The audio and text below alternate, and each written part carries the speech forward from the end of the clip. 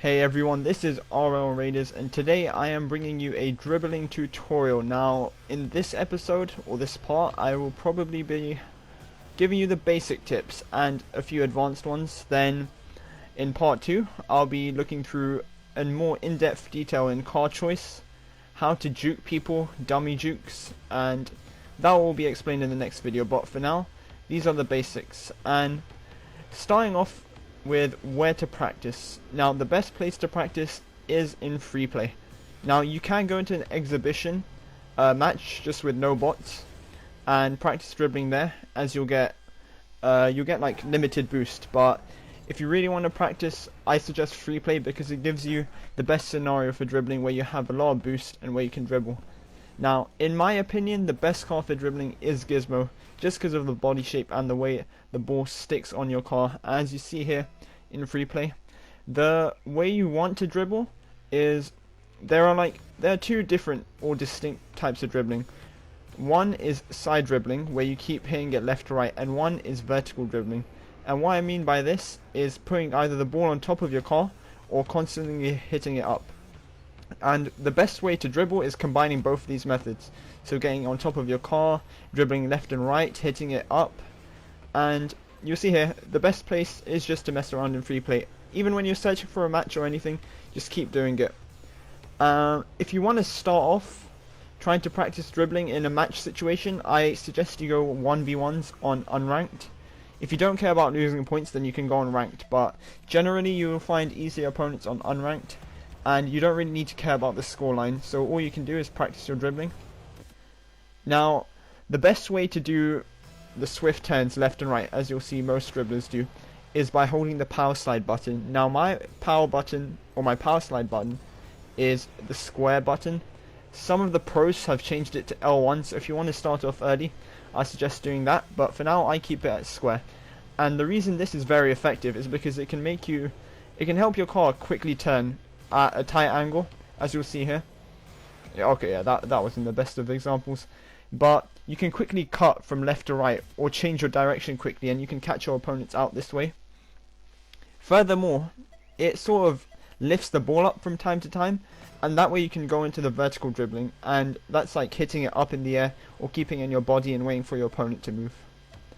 And as you'll see here, I went into aerial all-stars, and this is because this is the best way to practice your touch and keeping the ball on top of your car.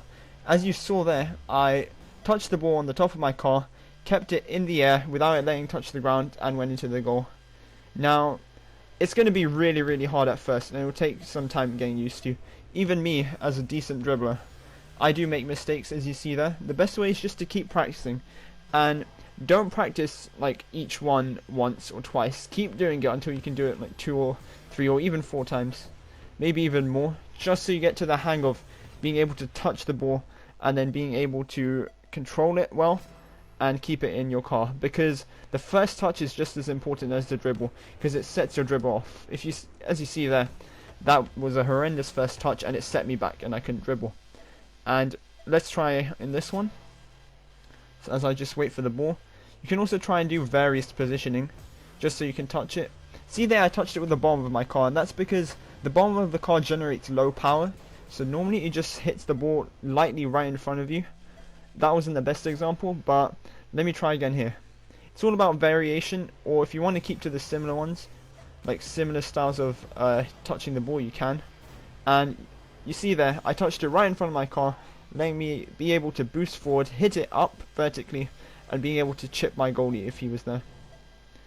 And see, the ball will come from different places at different times, so it's really key that you do this and you keep on practicing this. Like even 15 minutes a day will help really. As you see there, I'm trying to keep it at top, I'm trying to keep it, and eventually I do get the goal. Going on to the cars, which I'll be focusing on in the next episode more.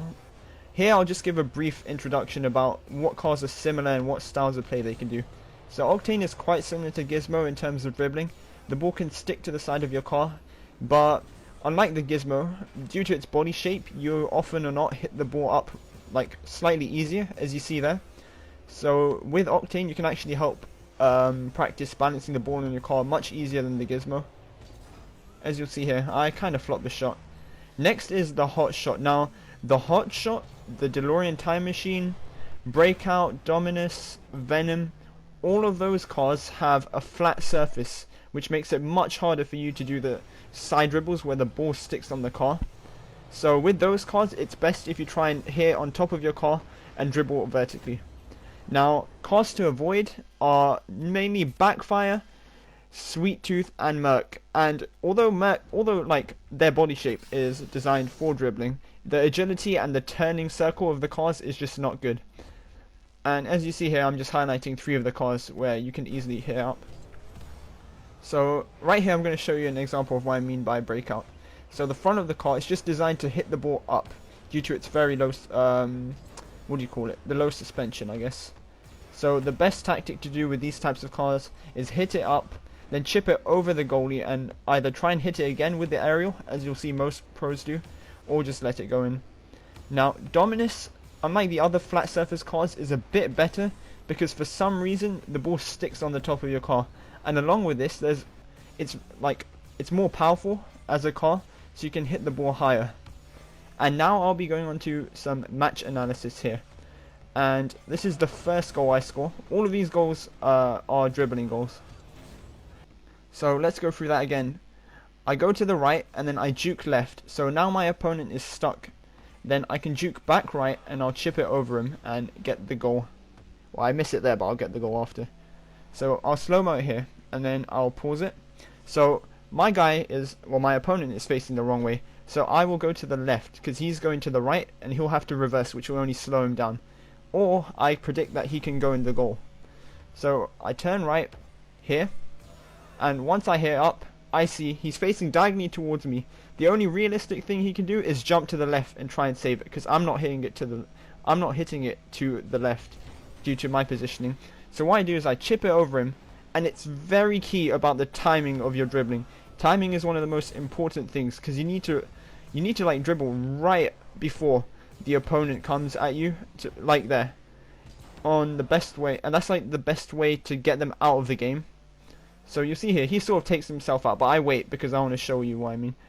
So I chip it over him, and now he's in the goal and he can't recover, and I just shoot on the left. And I'll slow it down and I'll pause it just to show you. So I go right, and now I see him on the right there. All I know is he's panicking. He's thinking, oh, I'm going to go and get the goal. So he's just looking for the ball and looking to blast it away. So all I do is do a backflip to chip it over him. That's a really good tactic to learn when dribbling, doing those backflips, because you can really take your opponents out with those. And then I just shoot to the left. Here's a more quicker paced dribbling where I move left to right, I believe. So here you can see I move left. Now my opponent is somewhat out of his box, just in the middle right of your screen.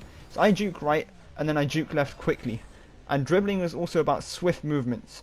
It's about precise movements just before your opponent moves, and judging where your opponent's going to go next, as well as your own dribbling capabilities. So you see here, he misses. I'm just going to wait for him, and he goes all the way back in goal. So I go all the way to the right, and now I'm letting my opponent know that I'm going to juke that way, because there's no way I'm going to hit the ball right from my positioning there. I let him know I'm going to go left, but it's the use of the power slide button square, which helps me turn quickly to get away from him and eventually juke him away. And that was an easy goal. So here again, this is the vertical dribbling I mean. I kept it on top of my car, chipped over him, I wait for him, and now that was just a bit of cheeky play by me. So you see here, kept the ball on top, jump, and it's important that you boost a bit and use the square button to maintain your composure while you're in the air, so you don't land awkwardly. Here I chip it up to set myself, and at that situation he was only ever moving back, so all I needed to do was hit it to the right. And here is what I call dummy jukes. And thank you guys for watching this video. Part 2 will be on the way. Further details on what card to use, dummy jukes, and doing dribbling in 2v2s and 3v3s. Thank you all for watching. I hope it helped, and goodbye.